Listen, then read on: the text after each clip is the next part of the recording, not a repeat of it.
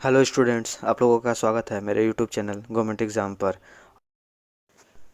आज हम आपके लिए लाए हैं नए टॉपिक्स नए अंदाज में। तो चलिए शुरू करते हैं आज का topics, international organisation and their headquarters. जैसा कि आप सब लोगों को पता है कि ये टॉपिक्स किसी भी गवर्नमेंट एग्ज़ाम में सबसे ज़्यादा आते हैं, और हम ऑर्गेनाइजेशन को पार्ट बाय पार्ट में लाए हैं ताकि आपको कन्फ्यूज़न ना हो। आज हमने स्विट्ज़रलैंड को टारगेट किया है और स्विट्ज़रलैंड के सारे हेडक्वार्टर्स को कवर किया है। तो चलिए शुरू करते हैं। इसे थोड़ा ध्यान से सुनिएगा क्योंकि इसके बाद आपको 17 ऑर्गेनाइजेशन जीवन भर के लिए याद हो जाएंगे। स्टैंडर्ड ट्रेड के लिए आदमी के पास पैसा होना चाहिए, और ट्रेडिंग का बिजनेस कौन कर सकता है? जिसके घर पर पैसे की कमी ना हो, मतलब एक्चुअल प्रॉपर्टी होनी चाहिए। और ट्रेड के लिए आपके कंपनी में टेली कम्युनिकेशन फैकल्टी तो होनी ही चाहिए। और ट्रेड को बढ़ाने में आपका साथ कौन देगा? हेल्थी लेबर, जो फिटनेस बनाए रखेगा, जिसके कारण आपका ट्रेड इजली ग्रोथ करेगा। और आपको पता नहीं चला होगा कि आपने 6 ऑर्गेनाइजेशन याद कर लिए हैं, और ये 6 ऑर्गेनाइजेशन हैं। पहला, स्टार्टिंग में हमने पढ़ा था स्टैंडर्ड, जिससे हो गया आपका आईएसओ, जिसका फुल फॉर्म है इंटरनेशनल ऑर्गेनाइजेशंस ऑफ स्टैंडर्डाइजेशन। दूसरा था आपका ट्रेड, जिससे हो गया डब्ल्यूटीओ, मतलब कि वर्ल्ड ट्रेड ऑर्गेनाइजेशन। तीसरा हमने पढ़ा था ट्रेड कौन कौन कर सकता है, जिसके पास क्या हो? एक्चुअल प्रॉपर्टी, जिससे हो गया आपका विपो, वर्ल्ड इंटेलेक्चुअल प्रॉपर्टी ऑर्गेनाइजेशन। चौथा ट्रेड वाला, कंपनी में कौन सी फैकल्टी बढ़िया होनी चाहिए? टेलीकम्युनिकेशन की, जिससे हो गया आईटीयू, जिसका फुल फॉर्म है इंटरनेशनल टेलीकम्युनिकेशन यूनियन। पांचवा, ट्रेड का बेस कौन है? लेबर, जिससे आपका हो गया आईएलओ, फुल फॉर्म है इंटरनेशनल लेबर ऑर्गेनाइजेशन। देखा, आपको 5 ऑर्गेनाइजेशन याद हो गए। और आपका छठा और आखिरी है लेबर के हेल्थ का, जो कौन ध्यान रखता है? डब्ल्यूएचओ, जिसका फुल फॉर्म है वर्ल्ड हेल्थ ऑर्गेनाइजेशन। सो आप लोगों ने देख लिया कैसे आप सभी को 6 ऑर्गेनाइजेशन हमेशा के लिए याद हो गए। तो आगे बढ़ते हैं। तो सबसे बड़ी दिक्कत आपको वेदर का पड़ेगा, और अच्छे वेदर के लिए आपको नेचर पर भी कुछ फंड इन्वेस्ट करना पड़ेगा ताकि नेचर कंजर्व रह सके, और ये दूसरे नंबर का साथ दे। तो इससे आपके बिजनेस में डिज़ास्टर रिस्क कम होंगे और आपका ट्रेड डेवलपमेंट में होगा।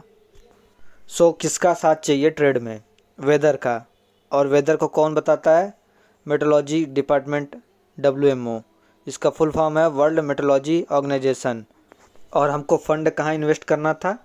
नेचर पर, जिससे हो गया आपका डब्ल्यूडब्ल्यूएफ और आईयूसीएन।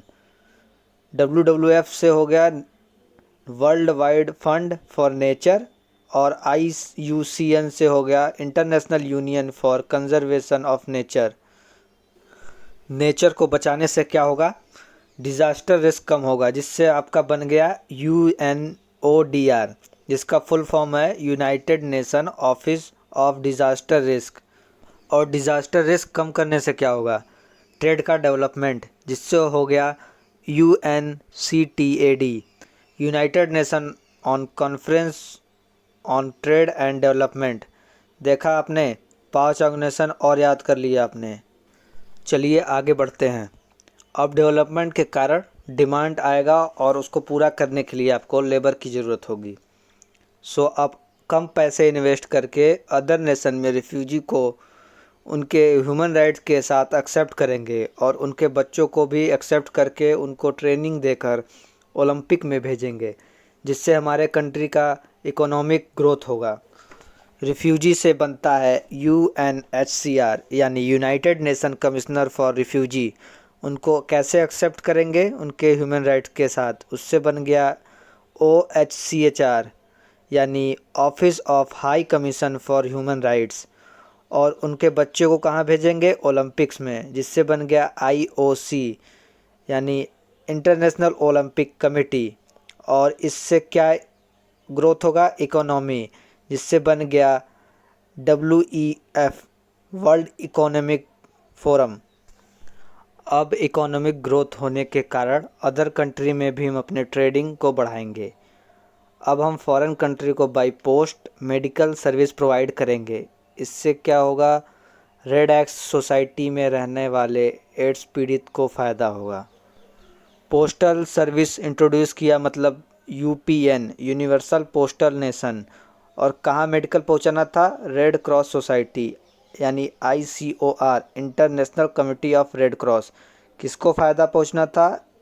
एड्स अफेक्टेड पर्सन को, यानी UNAIDS, united nation AIDS, the joint united nation programme on HIV AIDS. ऐसे आपको पता नहीं चला होगा, आपने 18 ऑर्गेनाइजेशन हमेशा के लिए याद कर लिए, जो कहाँ है? स्विट्ज़रलैंड में। तो आपको कैसा, तो आपको क्या ऐसे पढ़ना पसंद आ रहा है? कमेंट करके ज़रूर बताएं। और अगला ट्रिक आप किस पर चाहते हैं, ज़रूर हमें कमेंट में बताएं। जय हिंद, जय भारत।